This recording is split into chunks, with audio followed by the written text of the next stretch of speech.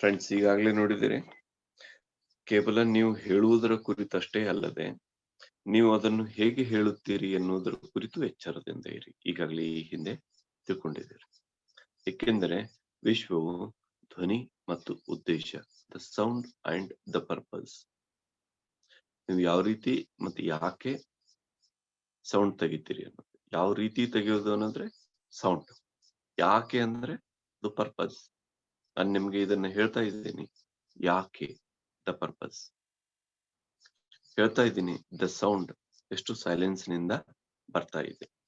ಇವು ಎರಡು ಯಾವತ್ತು ನಾವು ಗಮನ ಇಟ್ಕೋಬೇಕಾದ್ದು. ಒಂದು ಕಾಯಿನಿಗೆ ಎರಡು ಫೇಸ್ ಇರುತ್ತೆ.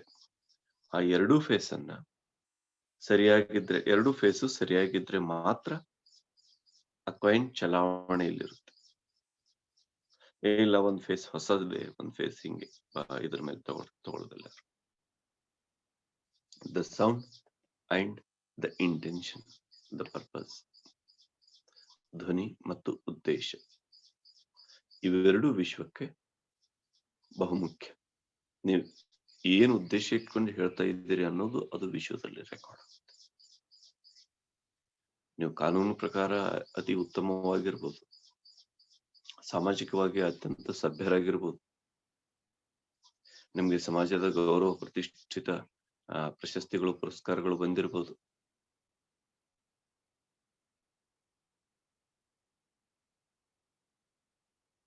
ಆದ್ರೆ ನಿಮ್ಮ ಧ್ವನಿ ನಿಮ್ಮೊಳಗಿಂದ ಎಷ್ಟು ಪ್ರಶಾಂತಪೂರ್ಣ ಮತ್ತು ಆ ಧ್ವನಿ ತೆಗೆಯೋದಕ್ಕೆ ನಿಮ್ಮ ಉದ್ದೇಶ ಏನು ಅನ್ನೋದಷ್ಟೇ ಈ ವಿಶ್ವದಲ್ಲಿ ರೆಕಾರ್ಡ್ ಆಗಿರುತ್ತೆ. ಈ ಆಕಾಶಿಕ್ ರೆಕಾರ್ಡ್ಸ್ ಅಲ್ಲಿ ರೆಕಾರ್ಡ್ ಆಗಿರುತ್ತೆ. ನಿಮ್ಮ ಶಬ್ದಗಳು ಪ್ರಶಾಂತಪೂರ್ಣವಾಗಿದ್ದಷ್ಟು ಹಾಗೂ ಉದ್ದೇಶವು ಉನ್ನತವಾಗಿದ್ದಷ್ಟು ನಿಮ್ಮ ಸೃಷ್ಟಿಯು ಉತ್ತಮವಾಗಿರಲು ಸಾಧ್ಯ. ನೋಡ್ರಿ, ಒಂದ್ ದಿವಸ ಇದೇ ಕ್ಲಾಸ್ ಅಲ್ಲಿ, ಇದು ಸೀತಾಮಾತೆ ತಪಸ್ಸು ಮಾಡಿದ ಪ್ಲೇಸು, ಅಲ್ಲಿ ಒಂದು 3 ಹಳ್ಳಿ ಇದೆ. ಅಲ್ಲಿ ಒಂದಷ್ಟು ಎಲ್ಲಾ ಮನೆಗಳಿಗೆ ಪುಸ್ತಕಗಳನ್ನ ಉಚಿತವಾಗಿ ಕೊಡ್ಬೇಕು ಅನ್ಸುತ್ತೆ ಅಂತ ಜಸ್ಟ್ ಒಂದು ನನ್ನ ಇಚ್ಛೆಯನ್ನ ವ್ಯಕ್ತಪಡಿಸಿದ್ದೆ. ಎಷ್ಟು ಜನಕ್ಕೆ ನೆನಪಿದೆಯೋ ಇಲ್ಲೋ ಗೊತ್ತಿಲ್ಲ. ಬಹಳ ಸಿಂಪಲ್. ಕ್ಲಾಸ್ ಮುಗಿದ್ಮೇಲೆ ಒಂದು ಫೋನ್ ಬಂತು. ಸರ್, ನಾನು ನಿಮ್ಗೆ ಎಷ್ಟು ಬುಕ್ ಬೇಕು ಅಷ್ಟು ನಾನು ಪ್ರಿಂಟ್ ಹಾಕ್ಸಿಕೊಡ್ತೀನಿ. ಇಮಿಡಿಯೇಟ್ ಪ್ರಿಂಟು ಹಾಕ್ಸಿಕೊಟ್ರು. ಗುರುಪೂರ್ಣಿಮೆ ದಿನ ಎಲೆಕ್ಷನ್ ಪಾಂಪ್ಲೆಟ್ ಹಂಚಿ ಮನೆ ಮನೆಗೆ ಪ್ರಚಾರ ಮಾಡ್ತಾರಲ್ಲ, ಆ ರೀತಿ ಪುಸ್ತಕಗಳನ್ನ ಕೊಟ್ಟು, ದಯವಿಟ್ಟು ಇದು ನಿಮ್ಮ ಊರಿನ ಕತೆ. ಅಮೆರಿಕದಲ್ಲಿ ಕುಂತ್ಕೊಂಡು ತಮ್ಮ ತಪಸ್ಸಿನ ಶಕ್ತಿಯಿಂದ, ತಮ್ಮ ದಿವ್ಯ ದೃಷ್ಟಿಯಿಂದ ನೋಡಿ ಬರೆದಿರುವಂತ ಪುಸ್ತಕ, ಅವ್ರು ಇನ್ನೂ ಇಲ್ಲಿ ಬಂದಿಲ್ಲ ಅಂತ ಹೇಳಿ ಮನೆ ಮನೆಗೆ ಕೊಟ್ಟು ಕೈ ಮುಗಿದು ಇದನ್ನು ಓದಿ ಅಂತ ಹೇಳಿ ಬಂದಿವ ಎಲ್ಲ ಹಳ್ಳಿಗಳಿಗೆ. ಗುರುಪೂರ್ಣಿಮೆ ಎಲ್ಲಿಂದ ಬಂತು ಸರ್? ಇದು ಒಂದು ಧ್ವನಿ ಮತ್ತು ಉದ್ದೇಶ. ಆ ಊರಿಗೆ ಕೊಡ್ಬೇಕು ಅನ್ನೋದು ಒಂದು ಉದ್ದೇಶ ಇತ್ತು ಆ ಧ್ವನಿಯಲ್ಲಿ. ಯಾರೋ ಒಬ್ರು ಬಂದ್ರು, ಡೊನೇಟ್ ಮಾಡಿದ್ರು, ಪ್ರಿಂಟ್ ಆಯ್ತು, ಓದ್ವಿ, ಕೊಟ್ವಿ, ಬಂದ್ವಿ. ನಿನ್ನೆ ಬೆಳಿಗ್ಗೆ ಬಂದ್ಬಿಟ್ಟು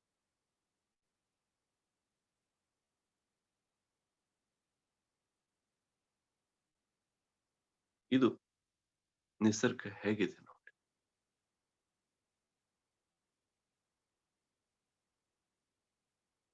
ನಿಸರ್ಗ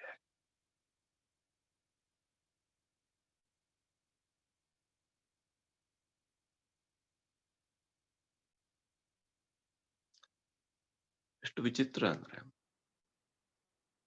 ಸುಮ್ನೆ ಅದೊಂದು ಮಿರಾಕಲ್ ತರ ಹೇಳ್ತೀನಿ. ರಜೆ ಎಲ್ಲ ಮುಗಿದು ಕೊನೆಯ ರಜೆಗಳು, ಇಷ್ಟ ತಿರುಗಾಡಿ ಕಾರ್ಯಕ್ರಮ ಮಾಡೋದು, ಎಲ್ಲಿ ರಜೆಗಳು.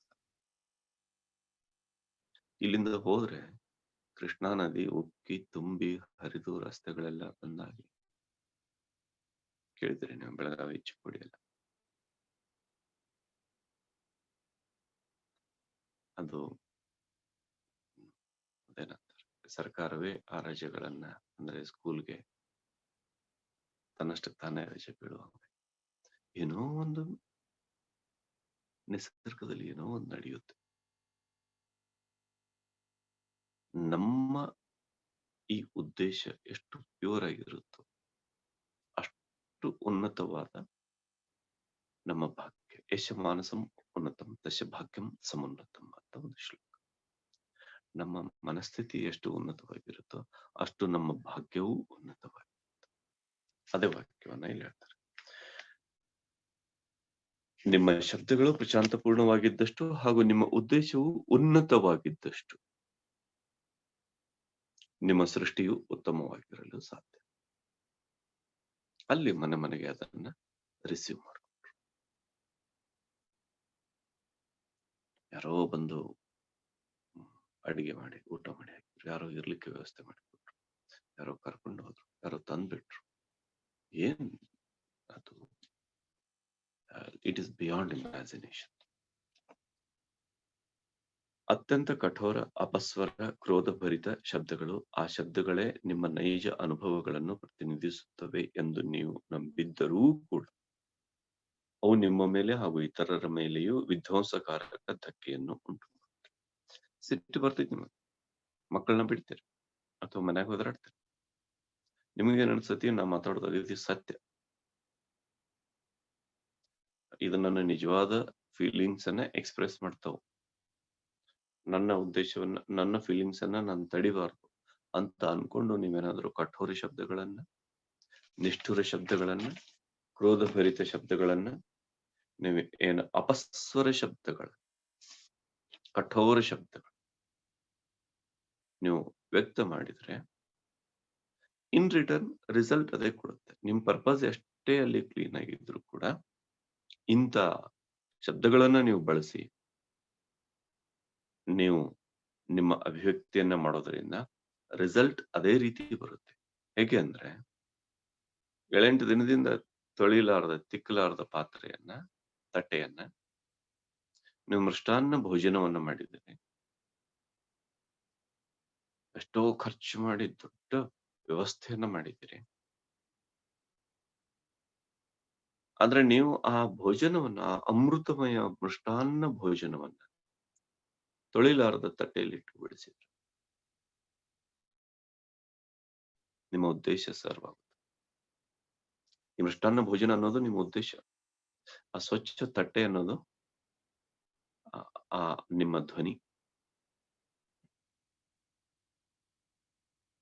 ನಿಮ್ಮ ಭೋಜನದಷ್ಟೇ ನಿಮ್ಮ ತಟ್ಟೆಯೂ ಸ್ವಚ್ಛವಾಗಿರು, ಶ್ರೇಷ್ಠವಾಗಿರು.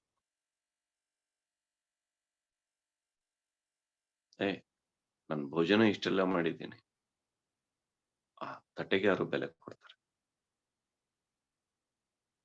ಯಾರು ಬೆಲೆ ಕೊಡ್ಲಿಕ್ಕಿಲ್ಲ, ಸ್ವಚ್ಛತೆಗೆ ಬೆಲೆ ಕೊಡ್ತಾರೆ. ನೀವು ಸ್ವಚ್ಛವಾದ ಒಂದು ಎಲೆಯನ್ನ ಹಾಕಿ, ನೀವೇನು ಬಂಗಾರದ ತಟ್ಟೆ ಇಟ್ಕೊಡ್ಬೇಕಾಗಿಲ್ಲ. ಆ ಸ್ವಚ್ಛತೆ ಮುಖ್ಯ, ಆ ಪವಿತ್ರ ಮುಖ್ಯ. ಆ ಶಬ್ದ ನಿಮ್ಮ ಉನ್ನತವಾಗಿರ್ಬಹುದು, ಆದ್ರೆ ಬರುವ ಶೈಲಿ, ಆ ಪಾವಿತ್ರ್ಯ, ಆ ಮಧುರತೆ, ಆ ಸದುದ್ದೇಶ ಮತ್ತು ಆ ಪ್ರಶಾಂತ ಪೂರ್ಣತೆ, ಸುಸ್ವರ, ಕಠೋರ ಬದಲಾಗಿ ಮಧುರತೆ, ಮೃದುತ್ವ, ಅಪಸ್ವರ ಬದಲಾಗಿ ಸುಸ್ವರ, ಹಾಗೂ ಕ್ರೋಧಭರಿತ ಬದಲಾಗಿ ಪ್ರೇಮಪೂರ್ಣ. ಈ ಶಬ್ದಗಳನ್ನ ನೀವು ಉಪಯೋಗಿಸ್ಬೇಕು. ಇಲ್ಲ ನನ್ಗೆ ಎಷ್ಟೇ ಕಷ್ಟ ಆಗಿದೆ ಅಂದ್ರೂ ಕೂಡ ನೀವು ಯಾವ ರೀತಿ ಶಬ್ದಗಳನ್ನ ಉಪಯೋಗಿಸ್ಬೇಕು ನೆನ್ಪಿಟ್ಕೊಳ್ಳಿ. ಕೆಲವರಿಗೊಂದು ಉದ್ದೇಶ ಇರುತ್ತೆ, ಕೆಲವರಿಗೊಂದು ಹ್ಯಾಬಿಟ್ ಇರುತ್ತೆ. ಅದರಲ್ಲಿ ಎಷ್ಟು ಜನ ನೀವು ಹೇಗೆ ಇದ್ದೀರಿ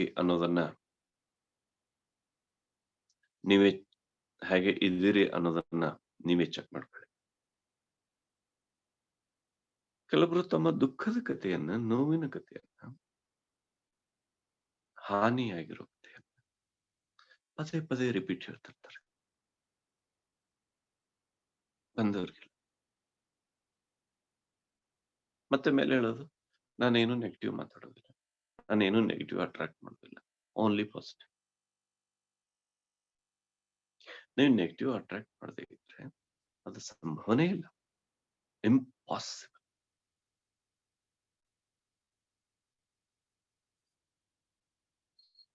ಮಾಡಿದೀರಾ ಅಂದ್ರೆ ದೇರ್ ಇಸ್ ಎ ಲೆಸನ್.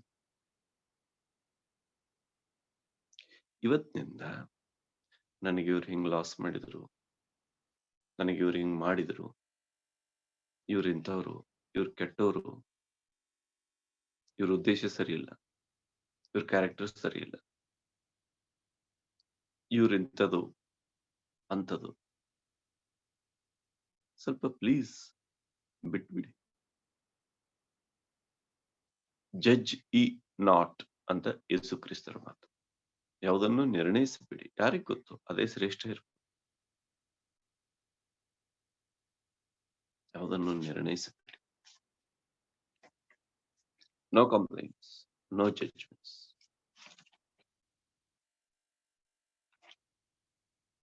ಅದು ಏನಾಗಿದೆಯೋ ವಸ್ತುಸ್ಥಿತಿ ಅದನ್ನ ಅಕ್ಸೆಪ್ಟ್ ಮಾಡುವಷ್ಟು, ಒಪ್ಕೊಳ್ಳುವಷ್ಟು ಮತ್ತು ಒಪ್ಕೊಂಡು ತಿದ್ಕೊಂಡು ನಡೆಯುವಷ್ಟು ಪ್ರಾಮಾಣಿಕ ಶಕ್ತಿ ನಮ್ಮೊಳಗಿರು. ಅವಾಗ ನೀವು ಆಧ್ಯಾತ್ಮಿಕವಾಗಿ ಉನ್ನತಿ ಹೊಂದಿರಿ. ಆಧ್ಯಾತ್ಮಿಕವಾಗಿ ಉನ್ನತಿ ಹೊಂದೋದು ಅಂದ್ರೆ ಫ್ರೆಂಡ್ಸ್, ಏನೋ ನಾನು 12 ಗಂಟೆ ಧ್ಯಾನ ಮಾಡಿದೆ, 24 ಗಂಟೆ ಧ್ಯಾನ ಮಾಡಿದೆ, 50 ಗಂಟೆ ಧ್ಯಾನ ಮಾಡಿದೆ, ನಾನು 41 ಡೇಸ್ ಕಂಟಿನ್ಯೂ ಕುಂತೆ, ಕಣ್ ತೆಗಿಲಿಲ್ಲ. ಇದು ಒಂದು ಮಹಾ ಸಾಧನೆ ಅಂತ ಭಾವಿಸಿ ಅದನ್ನೇ ಒಂದು ತಿಳ್ಕೊಂಡು ನೀವು ಒಂದು ಟ್ರಂಪ್ ಕಾರ್ಡ್ ತರ ಯೂಸ್ ಮಾಡಿದ್ರೆ, ಆ ಆಧ್ಯಾತ್ಮಿಕತೆ ನಿಮ್ಮೊಳಗೆ ಎಷ್ಟು ಆರ್ಟ್ ಆಫ್ ಲಿವಿಂಗ್, ಜೀವನದಲ್ಲಿ ಹೇಗೆ ವ್ಯವಹರಿಸಬೇಕು, ಹೇಗೆ ಮಾತಾಡಬೇಕು, ನಮ್ಮ ವಾಕ್ಯ ಹೇಗಿರ್ಬೇಕು, ನಮ್ಮ ಕೃತಿ ಹೇಗಿರ್ಬೇಕು, ಈ ಜೀವನದ ಕಲೆಗಳನ್ನ ನಾನು ಅಡಿಗೆ ಹೇಗೆ ಮಾಡ್ಬೇಕು, ನಾನು ವೆಹಿಕಲ್ ಹೇಗೆ ಡ್ರೈವ್ ಮಾಡ್ಬೇಕು, ಭೂಮಿ ತಾಯಿ ಮೇಲೆ ನಾನು ಹೆಜ್ಜೆ ಹೇಗೆ ಇಡಬೇಕು, ಇನ್ನೊಬ್ರು ಬಂದ್ರೆ ನಾನು ಅವರನ್ನ ಹೇಗೆ ನೋಡ್ಬೇಕು, ಈ ಆರ್ಟ್ ಆಫ್ ಲಿವಿಂಗ್, ಜೀವನದ ಈ ಕಲೆ ಬರದೇ ಇದ್ರೆ ನಾವೆಷ್ಟು ಸಾಧನೆ ಮಾಡಿ ಏನು. ಮತ್ತೆ ನಮಗೆ ಆರ್ಟ್ ಆಫ್ ಲಿವಿಂಗ್ ಬರದೇ ಇದ್ರೆ ಆರ್ಟ್ ಆಫ್ ಡೈಯಿಂಗ್ ಬರೋದು, ಮರಣದ ಕಲೆ ಬರೋದು. ಹೇಗೆ ನಾವು ದೇಹ ಬಿಡಬೇಕು ಅನ್ನೋ ಕಲೆ ಗೊತ್ತಾಗೋದಿಲ್ಲ. ನಾವು ಹೇಗೆ ದೇಹ ಬಿಡಬೇಕು ಅನ್ನೋ ಕಲೆ ನಮ್ಗೆ ಗೊತ್ತಾಗದೇ ಇದ್ರೆ ಮತ್ತೆ ದೇಹದೊಳಗೆ ಬರೋದು, ಹುಟ್ಟೋದು, ಮತ್ತೆ ಜೀವನ ಮಾಡೋದು, ಸಾಯೋದು, ಪುನರಪಿ ಮರಣಂ, ಪುನರಪಿ ಜನನಂ, ಪುನರಪಿ ಜನನಿ ಜಠರೇ ಶಯನಂ, ಇದು ಶುರು. ಅದಕ್ಕೆ ಈ ನಿಮ್ಮ ಧ್ಯಾನ ಶಕ್ತಿ ನಿಮಗೆ ಎಷ್ಟು ಜೀವನದ ಕಲೆಯನ್ನ ಕಲಿಸಿಕೊಡ್ತಾ ಇದೆ, ಈ ನಿಮ್ಮ ಧ್ಯಾನ ಶಕ್ತಿ ನಿಮಗೆಷ್ಟು ಮರಣದ ಕಲೆಯನ್ನ ಕಲಿಸಿಕೊಡ್ತಾ ಇದೆ. ನಿನ್ನೆಗಿಂತ ಇದು ಇಂದು ಶ್ರೇಷ್ಠ ಆಗಿರದೇ ಇದ್ರೆ ನೀವು ಒಂದು ಹೆಜ್ಜೆ ಮುಂದೆ ಬಂದಿಲ್ಲ, ಉನ್ನತಿಯನ್ನ ಹೊಂದಿಲ್ಲ ಅಂತಾನೆ ಅರ್ಥ.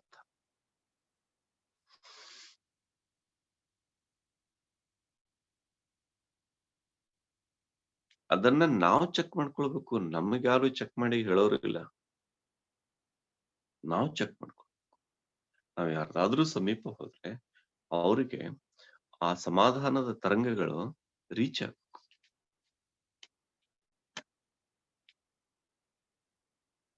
ಅಂತ ಕಠೋರ ಕ್ರೋಧಭರಿತ ಅಪಸ್ವರದ ಶಬ್ದಗಳು ನಿಮ್ಮ ಮೇಲೆ ಹಾಗೂ ಇತರರ ಮೇಲೆ ವಿಧ್ವಂಸಕಾರಕ ಧಕ್ಕೆಯನ್ನು ಉಂಟು ಮಾಡುತ್ತವೆ.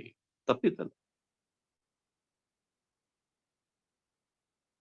ನಾವು ಗೊಂದಲ, ಕೋಪ, ದೂಷಣೆ ಹಾಗೂ ಬಲಿಪಶುವಾಗುವಿಕೆ ಮಾತನಾಡಿದರೆ ಆ ಕಠೋರ ಸ್ವರಗಳು, ಸಮ್ಮಿಶ್ರ ಸಂದೇಶಗಳು ಸುರುಳಿ ಆಕಾರದಲ್ಲಿ ಏರುತ್ತಾ ವಿಶ್ವಕ್ಕೆ ತಲುಪುತ್ತವೆ. ನೋಡ್ರಿ, ನಿಮ್ಮ ಗೊಂದಲ, ನಿಮ್ಮ ಕನ್ಫ್ಯೂಷನ್, ನಿಮ್ಮ ಕೋಪ, ಸಿಟ್ಟು, ನಿಮ್ಮ ದೂಷಣೆ, ನಿಮ್ಮ ಕಂಪ್ಲೇಂಟ್ಸ್, ನಿಮ್ಮ ಬಲಿಪಶುವಾಗುವಿಕೆ ಕೆಲವರಿಗೆ ಬಹಳ ಇಷ್ಟ ರೀ. ನನಗೆ ಇವ್ರು ಹಿಂಗ್ ಲಾಸ್ ಮಾಡಿದ್ರು, ನಮ್ಮ ಮನೇಲಿ ಕಳತನ ಆಯ್ತು, ನಮ್ ಚಿನ್ನ ಹೋಯ್ತು, ನಮ್ಗೆ ಇವ್ರು ಹಾನಿ ಮಾಡಿದ್ರು, ನಮಗೂ ಬಿದ್ದು ಪೆಟ್ಟು ಹಚ್ಕೊಂತು, ಅವ್ರ ಕಾಲ್ ಮುರಿತು, ಇಂಥದ್ ಮಾತಾಡೋದು ಬಹಳ ಇಷ್ಟ ಕೆಲವೊಬ್ರಿಗೆ. ವಿಚಿತ್ರ ಅಂದ್ರೆ ಸತ್ಯ ಇದು, ಬಹಳ ಇಷ್ಟ ಕೆಲವೊಬ್ರಿಗೆ. ಏನ್ ಮಾಡ್ತಾರೆ ಅವ್ರ ಅಂತದನ್ನ ಮಾತಾಡಿ ನಿಮ್ಮ ಸಿಂಪತಿಯನ್ನ ಗಳಿಸೋದಕ್ಕೆ ಒಂಥರ ಮಾಡ್ತಾರೆ. ಬಲಿಪಶು ಆಗುವಿಕೆಯ ಮಾತಿದೆಯಲ್ಲ ಎಂದು ಮಾತಾಡ. ಮತ್ತು ಇನ್ನೊಬ್ಬರಿಗೆ ಹಾನಿ ಉಂಟು ಮಾಡೋ ಮಾತುಗಳನ್ನು ಕೂಡ ಮಾತನಾಡಿದರೆ ಆ ಕಠೋರ ಸ್ವರಗಳು, ಆ ಸಮ್ಮಿಶ್ರ ಸಂದೇಶಗಳು ಏನೇನೋ ಮಿಕ್ಸ್ ಆಗುತ್ತೆ. ಸುರುಳಿ ಆಕಾರದಲ್ಲಿ ಏರುತ್ತಾ ಆ ಸ್ಪೈರಲ್ ಲೆವೆಲ್ನಾಗ ಹೋಗ್ತವೆ. ಯಾವತ್ತು ಸಂದೇಶಗಳು ಅದೇ ಲೆವೆಲ್ ಅಲ್ಲಿ ಹೋಗ್ತವೆ, ಎನರ್ಜಿನೂ ಅದೇ ಲೆವೆಲ್ ಅಲ್ಲಿ ಬರ್ತವೆ. ಈಗ ನೀವು ಕಣ್ಮುಂದೆ ಈ ರೀತಿ ಹೋಗುತ್ತೆ ಅಂತ ಹೇಳ್ತಾರಲ್ಲ, ಅದು ಸುರುಳಿ ಆಕಾರದಲ್ಲಿ ಇರುತ್ತಾ ವಿಶ್ವಕ್ಕೆ ತಲುಪುತ್ತವೆ. ಅಲ್ಲಿ ಒಂದು ಕಾಸ್ಮಿಕ್, ಒಂದು ಆಕಾಶಿಕ್, ಒಂದು ರೆಕಾರ್ಡ್ ಅಂತ ಇದೆ. ಅಲ್ಲಿ ಎಲ್ಲವೂ ರೆಕಾರ್ಡ್ ಇದೆ, ಅಲ್ಲಿ ತಲುಪುತ್ತವೆ. ವಿಶ್ವವು ನಮಗೆ ಸಹಾಯ ಮಾಡಲು ಬಯಸುತ್ತದೆ. ಈಗ ಪೋಸ್ಟ್ ಆಫೀಸ್ ಇದ್ದಂಗೆ, ಕೌಂಟರ್ ಇದ್ದಂಗೆ, ಅಥವಾ ಅದು ಬ್ಯಾಂಕ್ ಕೌಂಟರ್ ಇದ್ದಂಗೆ. ನೀವೇನ್ ಕೊಡ್ತಿರೋ ಅವ್ರು ನಿಮ್ಗೆ ಸಹಾಯ ಮಾಡೋದಕ್ಕೆ ಕುಂತಾರ. ಅವ್ರು ಪೇಮೆಂಟ್ ತಗೊಂಡು ನೀವೇನ್ ಕೊಡ್ತಿರೋ ಒಳಗೆ ಅದನ್ನ ಕೊಡ್ತಾರೆ. ನೀವು ಲೋನ್ ಅಪ್ಲಿಕೇಶನ್ ಮಾಡಿ ಲೋನ್ ಕೊಟ್ರೆ ಲೋನ್ ಕೊಡ್ತಾರೆ. ನೀವು ಡೆಪಾಸಿಟ್ ಇಡೋದು ತುಂಬಿ ಕೊಟ್ರೆ ಡೆಪಾಸಿಟ್ ಇಡು. ಯಾರಿಗಾದ್ರೂ ದುಡ್ಡು ಟ್ರಾನ್ಸ್ಫರ್ ಮಾಡೋದಕ್ಕೆ ಅಪ್ಲಿಕೇಶನ್ ಹಾಕಿ ಕೊಟ್ರೆ ಅದನ್ನ ಟ್ರಾನ್ಸ್ಫರ್ ಮಾಡಿ.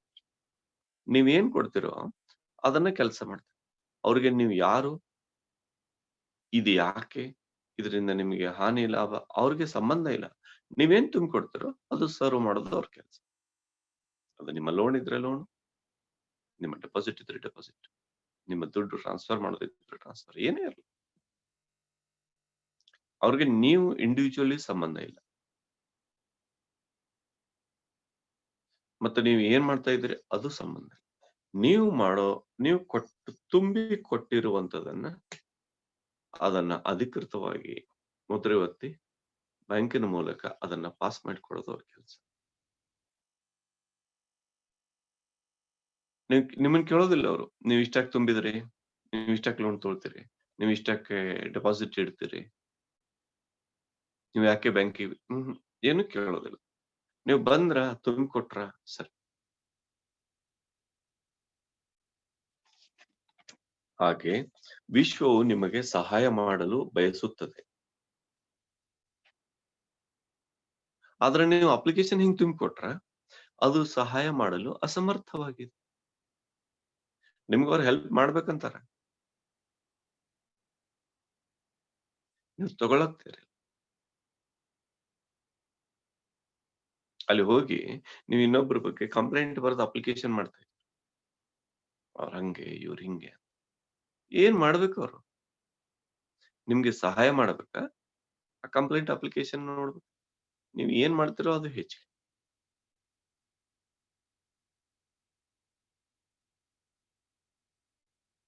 ಆರ್ಟ್ ಆಫ್ ಲಿವಿಂಗ್ ಫ್ರೆಂಡ್ಸ್, ನಮ್ಮ ಅಭಿವ್ಯಕ್ತಿ, ಅದು ಶಬ್ದ ಇರ್ಬೋದು, ದೃಶ್ಯ ಇರ್ಬೋದು, ಶ್ರವಣ ಇರ್ಬೋದು, ನಮ್ಮ ದೈಹಿಕ ಚಲನವಲನ ಇರ್ಬೋದು, ನಮ್ಮ ಅಭಿವ್ಯಕ್ತಿ ಎಷ್ಟು ಮಧುರ, ಎಷ್ಟು ಶ್ರೇಷ್ಠ ಅನ್ನೋದು ಬಹಳ ಮುಖ್ಯ, ಬಹಳ ಮುಖ್ಯ, ಬಹಳ ಮುಖ್ಯ. ನಿಮ್ಮ ಇಚ್ಛೆಗಳನ್ನು ನೀವೆಷ್ಟು ಚೆನ್ನಾಗಿ ಸಂಪರ್ಕಿಸುತ್ತಿದ್ದೀರಿ ಎಂದು ನಿಮ್ಮನ್ನು ನೀವು ಕೇಳಿಕೊಳ್ಳಿ. ನನಗೆ ಇಂಥದೊಂದು ಕೆಲಸ ಆಗಬೇಕಾಗಿದೆ, ನನಗಿಷ್ಟು ಲಕ್ಷ ಬರಬೇಕಾಗಿದೆ, ನನಗಿಷ್ಟು ಕೋಟಿ ಬರಬೇಕಾಗಿದೆ. ನಾನು ಅದನ್ನ ಯಾವ ರೀತಿ ಸ್ಪಂದನೆ ಮಾಡ್ತಾ ಇದ್ದೀನಿ? ದಿನನಿತ್ಯ ಅದಕ್ಕಾಗಿ ನಾನು ತಪಸ್ ಹಾಕ್ತಾ ಇದ್ದೀನ? ದಿನನಿತ್ಯ ಅದಕ್ಕಾಗಿ ನಾನು ಪ್ರಯತ್ನ ಮಾಡ್ತಾ ಇದ್ದೀನ? ದಿನನಿತ್ಯ ಅದಕ್ಕಾಗಿ ನಾನು ತಪನೆ ಮಾಡ್ತಾ ಇದ್ದೀನ? ಅಥವಾ ನನ್ನದೇ ಲೋಕದಲ್ಲಿ? ಇದು ಒಂದನ್ನ ಕೇಳ್ಕೊಳ್ಳಿ. ಎಷ್ಟು ಚೆನ್ನಾಗಿ ಕೇಳ್ತಾ ಇದ್ದೀರಿ ಈ ಮಾತನ್ನ. ಒಂದು ಪ್ರಶ್ನೆ ಕೇಳ್ಕೊಳ್ಳಿ, ನನಗೆ ಇದು ಯಾಕೆ ಕಂಪ್ಲೀಟ್ ಆಗ್ತಾ ಇಲ್ಲ ವರ್ಕ್? ನನಗೆ ಬರ್ಬೇಕಾದ್ದು ಯಾಕೆ ಬರ್ತಾ ಇಲ್ಲ? ನನಗೆ ಸಿಗಬೇಕಾದ್ದು ಯಾಕೆ ಸಿಗ್ತಾ ಇಲ್ಲ? ನನಗಿದೆಲ್ಲ ಬೇಕು. ಯಾರ್ಯಾರಿಗೆ ಏನೇನೋ ಇದೆ ನಿಮ್ಗೆ ಗೊತ್ತು. ನನಗೆ ಮನೆ ಬೇಕು, ನನ್ಗೆ ನೌಕರಿ ಬೇಕು, ನನಗೆ ಹೆಂಡತಿ ಬೇಕು, ನನಗೆ ಮಕ್ಕಳು ಬೇಕು, ಏನೋ ನಿಮ್ಗೆ ಏನೇನೋ ಇರುತ್ತೆ.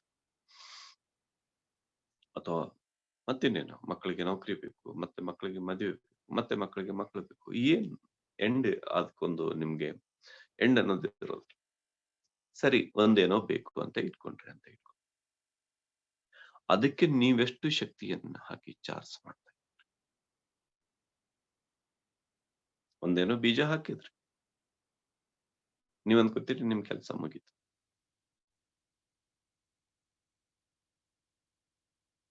ಹ್ಮ್.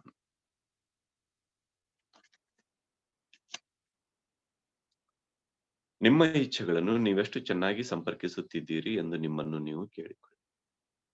ಅದಕ್ಕಾಗಿ ನೀವೆಷ್ಟು ಪ್ರಯತ್ನ ಮಾಡ್ತಾ ಇದ್ರಿ? ಅದಕ್ಕಾಗಿ ನೀವೆಷ್ಟು ಅಪ್ಲಿಕೇಶನ್ ಹಾಕಿದ್ದೀರಿ? ಅದಕ್ಕಾಗಿ ನೀವೆಷ್ಟು ನೋಟ್ಸ್ ಬರ್ದಿದ್ದೀರಿ? ಅದಕ್ಕಾಗಿ ನೀವೆಷ್ಟು ಪ್ರಿಪರೇಷನ್ ಮಾಡ್ಕೊಂಡಿದ್ದೀರಿ? ಅದಕ್ಕಾಗಿ ನೀವು ಎಷ್ಟು ಜನರನ್ನ ಸಂಪರ್ಕಿಸಿದ್ದೀರಿ? ಅದಕ್ಕಾಗಿ ನೀವು ಎಷ್ಟು ಜನರ ಸಹಾಯ ಕೇಳಿದ್ದೀರಿ? ಅದಕ್ಕಾಗಿ ನಿಮ್ಮ ಬಿಹೇವಿಯರ್ ಅಲ್ಲಿ ಏನ್ ಚೇಂಜ್ ಮಾಡ್ಕೊಂಡಿದ್ದೀರಿ? ನಿಮ್ಮಲ್ಲಿ ಏನಾದ್ರೂ ತಪ್ಪಿದೆಯಾ? ಅದನ್ನೇನಾದ್ರೂ ತಿದ್ಕೊಳ್ಳೋದು ಮಾಡಿದೀರಾ? ಏನ್ ಮಾಡಿದೀರಿ? ಅದಕ್ಕಾಗಿ ನಿಮ್ಮ ಇನ್ವೆಸ್ಟ್‌ಮೆಂಟ್ ಏನು? ಮನೆ ಬೇಕು ಅಂದ್ರೆ ಇಷ್ಟು ಏನಾದ್ರೂ ಅದಕ್ಕೆ ದುಡ್ಡು, ಇದು ಎಲ್ಲ ರೆಡಿ ಮಾಡಿ ಇಡ್ಬೇಕು. ಅದಕ್ಕಾಗಿ ಏನು ಪ್ರಯತ್ನ ಪಟ್ಟು ರೆಡಿ ಮಾಡಿ ಇಟ್ಟಿದ್ದು? ಅಂದ್ರೆ ಮನೆ ಅಂದ್ರೆ ಒಂದು ಉದ್ದೇಶ ಹೇಳಿದೆ ನಿಮ್ಗೆ. ಯಾವತ್ತೂ ಒಂದ್ ಕೆಲಸ. ನನಗೆ ಡಿಗ್ರಿ ಚೆನ್ನಾಗಿರ್ಬೇಕು. 80% 90% 100% ನನಗೆ ರಿಸಲ್ಟ್ ಬರ್ಬೇಕು. ಸರಿ ಅಷ್ಟು ಬರ್ಬೇಕಂದ್ರೆ ನೀವು ಡೈಲಿ ಅದಕ್ಕೆ ಏನು ಡೆಪಾಸಿಟ್ ಮಾಡ್ತಾ ಇದ್ದೀರಿ? ಪ್ರಯತ್ನ, ಅಭ್ಯಾಸ. ಇವರೊಂದಿಗೆ ನನ್ನ ಸಂಬಂಧ ಚೆನ್ನಾಗಿರ್ಬೇಕು ಅಂದ್ರೆ, ನೀವೆಷ್ಟು ಅವರೊಂದಿಗೆ ಪ್ರಾಮಾಣಿಕವಾಗಿ ವ್ಯವಹಾರ ಮಾಡ್ತಾ ಇದ್ದೀರಿ? ಮೃದು ಮಧುರವಾಗಿ ವ್ಯವಹಾರ ಮಾಡ್ತಾ ಇದ್ದೀರಿ? ಹಿಂದಿನ ತಪ್ಪನ್ನ ನೀವು ಎಷ್ಟು ನೀವು ಪ್ರಾಮಾಣಿಕವಾಗಿ ಕ್ಷಮೆ ಕೋರಿದ್ದೀರಿ?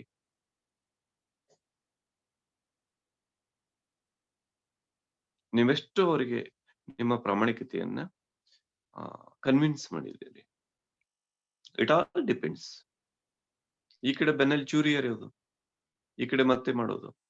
ಒಂದ್ ಡಿಸ್ಟನ್ಸ್ ಇಟ್ಕೊಂಡ್ಬಿಡ್ತಾರೆ. ನಿಮ್ ಜೊತೆ ಮಾತಾಡ್ತಾರ ಅವ್ರು, ಇಲ್ಲ ಅನ್ನೋದಿಲ್ಲ. But there will be a distance. ಅದರ ಅರ್ಥ ನಿಮ್ ಜೊತೆಗೆ ಮಾತು ಬಿಡೋದಿಲ್ಲ. ಅವ್ರೇನು ಚಿಕ್ಕವರಲ್ಲ, ಚಿಕ್ಕ ಮಕ್ಕಳಲ್ಲ. ಮಾತಾಡ್ತಾರೆ. ವ್ಯವಹಾರ. ಆದ್ರೆ ದೇ ಮೇಂಟೈನ್ ಡಿಸ್ಟನ್ಸ್. ಅಲ್ಲಿ ಆತ್ಮೀಯತೆ ಇರುತ್ತೆ.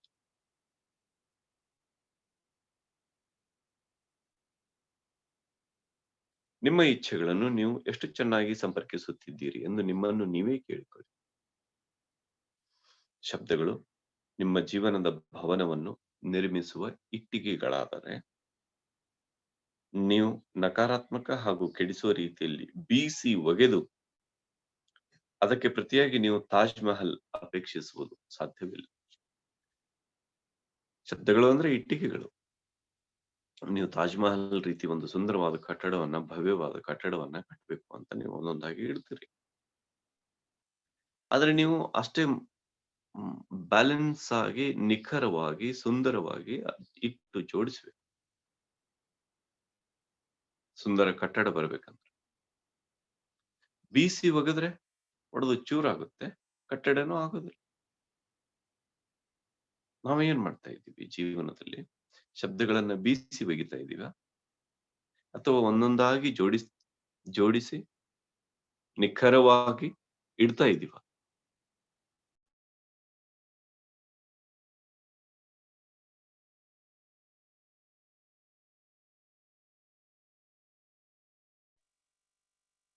ಈ ನೀವೆಷ್ಟು ಚೆನ್ನಾಗಿ ಸಂಪರ್ಕಿಸುತ್ತಿದ್ದೀರಿ, ನಿಮ್ಮ ಇಚ್ಛೆಗಳನ್ನು ಸಂಪರ್ಕಿಸುತ್ತಿದ್ದೀರಿ, ಅವುಗಳನ್ನ ನೀವು ಕೇಳ್ಕೊಂಡು, ನಿಮ್ಮ ಶಬ್ದಗಳನ್ನ ಒಂದೊಂದಾಗಿ ಪೇರಿಸಿ, ಜೋಡಿಸಿ, ಸುಂದರವಾಗಿ ಇಡ್ತಾ ಇದ್ದೀರಾ ನಿಮ್ ಜೀವನದಲ್ಲಿ.